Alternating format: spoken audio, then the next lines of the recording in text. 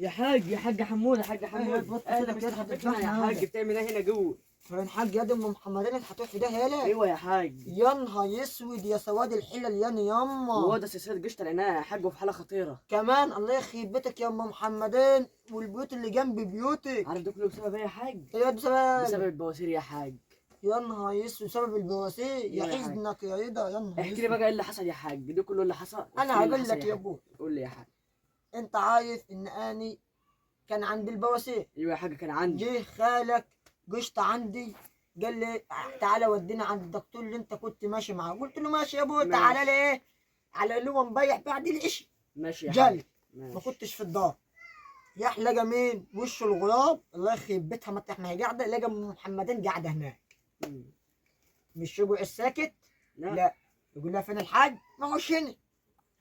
يمشي بقى؟ لا. دودو دودو يجي قال لها انا كنت عايز الحاج علشان هيودينا عند الدكتور. تيجي جايه له بنت المحيط تقول له دكتور بس ايه؟ يجي قال لها اصل انا عندي البواسير وقال لي على الدكتور. تيجي جايه له انا هديك وصفه رخيصه خالص. ايه الوصفه دي يا حاج الحلوه انا دي؟ هقول لك. قول لي يا حاج. ب5 جنيه هتجيب لك علبتين امية بوي ب2 ايوه يا جنيه حاج. ونص اتنين. ايه. واحده تحط منها الصبح والتانيه بالليل. حط منهم جه يخش الحمام ما عرفش يعمل حمام، هو طب ساكت. نقول له الاسعاف يا ابوي. ودلوقتي بقى الله اعلم ايه اللي حصل. انا جايلك بخصوص بقى الاسعاف يا حاج. الله الموضوع يخرب وحش. بيت سنينك.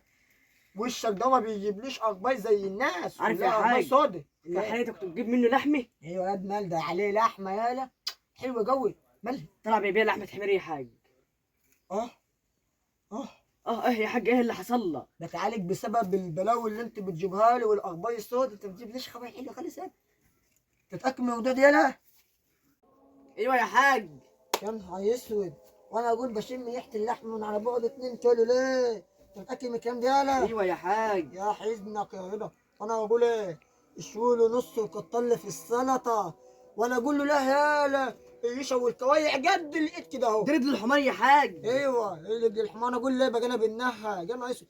واقول له ايه؟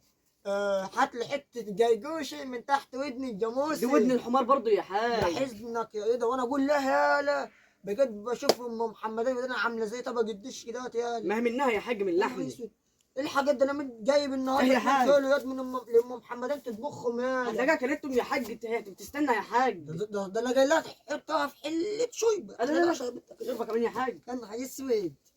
ده نهار خليها هتلاقيها طبختها بالله بقى تكتر في الملح وتحط عليها والكمون يا أومو. حاج والفلفل. ايوه تكتر في الام يد عشان يعمل غسيل المعده. ما احنا خلاص اتعودنا عليها. واقول لك هات لي على اول صيدليه يد خليها تجيب لي فواي ما يعملش حاجه. هات لي سبناعين ديناميت.